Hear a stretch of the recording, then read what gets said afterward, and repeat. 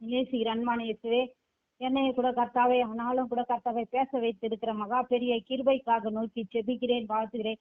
என்னுடைய வாயின் வார்த்தையை கூட கர்த்தாவே உம்முடைய கரத்தில் இருக்க நான் கூட கர்த்தாவே பேச உம்முடைய வார்த்தையை கூட கர்த்தாவை என் வாயில கொடுக்க கிருபை தருணமாறு நோக்கி செபிக்கிறேன், வாழ்த்து. ஏசின் மூலம் சிறிய ஜபத்தை இயேசுவுக்கே எடுக்கிறேன். நீ பசுமுள்ள நல்ல தகப்பனே, ஆமே. அறிந்தும் அறியாமலும் செய்தாலும் பாவம் என்றே அருள் நாயகன் அன்பு அகத்தீனில் வரவே பிறர் மீழைப்பை மன்னித்து பிதாவின் அன்பை காட்டி அன்பின் ஆவியை பெற ஆயத்தம் நடைவோம்.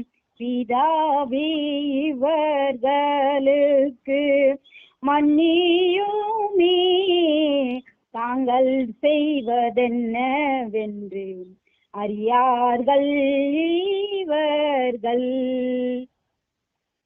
லூக்கா 23 அதிகாரம் 34 வசனம். லூக்கா 23:34 వచనం. యేసు తండ్రి వీరేమి చేయుచున్నారో వీరెరుగురు గనుక వీరిని క్షమించమని చెప్పెను. அப்போது இயேசு, பிதாவே இவர்களுக்கு மன்னியும், தாங்கள் செய்வது என்னவென்று அறியாது இருக்கிறார்கள் என்றார். அவருடைய வஸ்திரத்தை அவர்கள் பங்கிட்டு சீட்டு போட்டார்களா. இவரு பாருங்க, ஃபர்ஸ்ட் வார்த்தை எவ்வளவு வேதனையில் இருந்தாரு, எவ்வளவு துக்கத்துல இருந்தாரு, எவ்வளவு சரீர வேதனையில இருந்திருப்பாரு. அவரு போயிட்டு கொல்கத்தா மலையில கூட போயிட்டு ஜெபித்து இருக்கலாம். அந்த வேதனையிலே கூட ஆண்டவர் அவருக்கே தெரியும். ஆனாலும் ஆண்டவர் அந்த வார்த்தையை ஃபர்ஸ்ட் பிதாவே இவர்களை மன்னியும் என்று ஆண்டவர் பேசியிருக்கிறார். பாருங்க, எரேமியா 31 அதிகாரம் 31-34 வசனம். பாருங்க, அந்த லாஸ்ட் இது மட்டும் படிங்க. நான் அவர்களை அக்கிரமத்தை மன்னித்து அவர்கள் பாவங்களே நினையாதிருப்பேன். அந்த லாஸ்ட் படிமா. எரேமியா 31:34.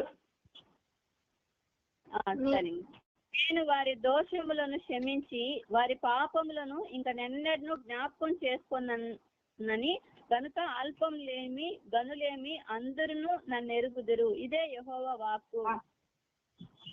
அந்த லாஸ்ட் மட்டும் நான் அவர்கள் அக்கிரமத்தை நம்ம என்னது, நான் அவர்கள் செய்த அக்கிரமத்தை மன்னித்து அவர் பாவங்களே நினையாதீருங்கள் என்று ஆண்டவர் சொன்னார். தேவன் நமக்கு கொடுத்திருந்த மன்னிப்பு அது. அதே மீகா 7:19 7ஆம் அதிகாரம் 19ஆம் வசனம். அவர் திரும்ப நம்மேல் இறங்குவார், நம்முடைய அக்கிரமங்களை அடக்கி நம்முடைய பாவங்களை எல்லாம் சமுத்திரத்தின் ஆழத்தில போட்டு விட்டாரா. மீகா 7ஆம் அதிகாரம் 19ஆம் வசனம்.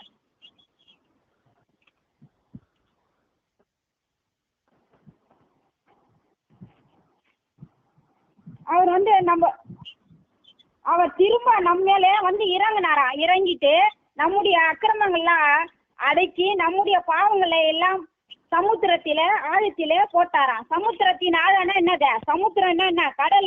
கடல்ல ஆழத்தில நம்முடைய பாவத்தை எல்லாம் அவரு போட்டு எரிந்து விட்டாரா. அதே சங்கீதம் 103 அந்த வசனம் தெரியும் எல்லாருக்கும். 103:11 பாருங்க. பூமி வானம் எவ்வளவு உயரமா இருக்கிறதோ அவருடைய பயப்படுகிற மேல் அவருடைய கிருபை எவ்வளவு பெரிய. கிழக்குக்கும் மேற்குக்கும் எவ்வளவு தூரமோ அவ்வளவு தூரம் நம்முடைய பாவங்களை நம்மை விட்டு விலகினார். கிழக்குக்கும் மேற்குக்கும் எவ்வளவு தூரம் நம்மளுக்கு தெரியுமா? கிழக்குக்கும் மேற்குக்கும் எவ்வளவு தூரம்ட்டு தெரியாது. அந்த பாவத்தையே நான் என்ன பண்ணாரா, அந்த அதையே நம்மளால இருந்து நீக்கி போட்டாரா. எரேமியா எபிரேயர் 9:28 தேவனாகிய இயேசு கிறிஸ்து நமக்காக மன்னிப்பை மற்றவர்களுக்கு கொடுக்க வேண்டும். அது பாருங்க, எபிரேயர் 9ஆம் அதிகாரம் 22வது வசனம் பாருங்க.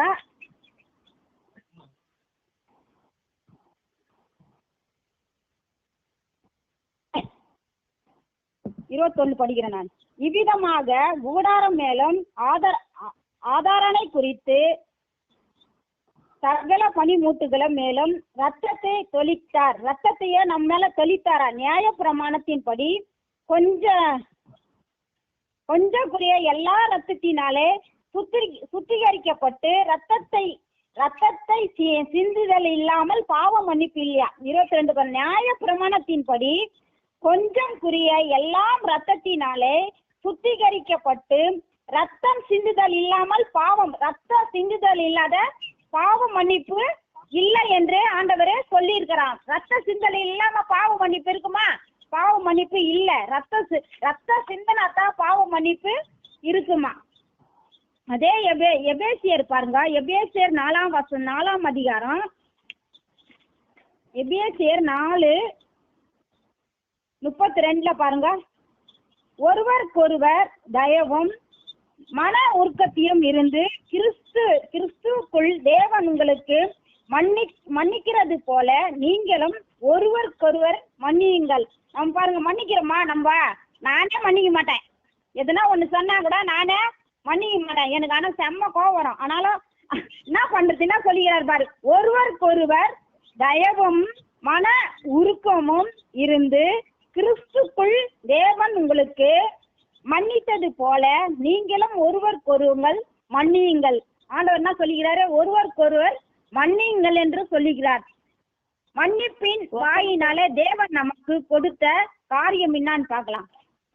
அதே எபிரேயர் 1ஆம் அதிகாரம், எபிரேயர் 1:3 வசனம் பாருங்க. இவர் நம்முடைய மகிமையின் பிரகாசியமும் அவருடைய தன்மையின் சொருவமாயிருக்கிறது. சர்வத்தையும் தம்முடைய வல்லமையுள்ள வசனத்தினாலே தாங்குகிறாய். நம்மேலே தாமே தம்முடைய பாவங்களை நீக்கும் சுத்திகரிப்பை உண்டு பண்ணி உன்னதத்தில் உள்ள மகத்துவமானவுடைய வலது பரிசுத்தில ஒவ்வொரு நாளும் நம்மளுக்காக பிதாவிடத்தில் என்ன பண்றாரு ஆண்டவர்? வலது பரிசுத்தில உட்கார்ந்து பிதாவிடத்துல நம்மளுக்காக பரிந்து பேசி கொண்டு இருக்கிறாரா? ஆண்டவர் நம்மளுக்காக என்ன பண்றாரா? பரிந்து ஒவ்வொரு நாளும் ஆண்டவர் நம்மளுக்காக என்ன பண்றாரா? பரிந்து பேசி கொண்டே இருக்கிறாரா? பாருங்க, பரிந்து பேசலாம். நம்ம இன்னைக்கு இவ்வளவு இதுவா இருக்க மாட்டோம். பரிந்து பேசி ஆண்டவர் என்ன பண்ணிருக்கிறார்? நம்மளுக்காக பரிந்து ஒவ்வொரு நாளும் நம்மளுக்காக பரிந்து பேசி கொண்டு இருக்கிறாரா? பாருங்க, மன்றாட்டின் பாருங்க, அந்த லூக்கா 22ஆம் அதிகாரம்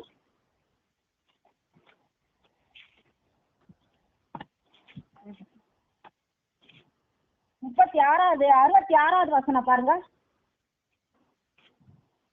63 பாருங்க. యేసును పట్టుకొనిన మనుషులు ఆయన అపహసించి కొట్టి ఆయన ముఖమును కప్పి నిన్ను కొట్టిన వాడెవడో ప్రవచించమని ఆయన అడిగి ఆయనకు విరోధంగా ఇంకను అనేక దూషణ వచనములు ఆడిరి.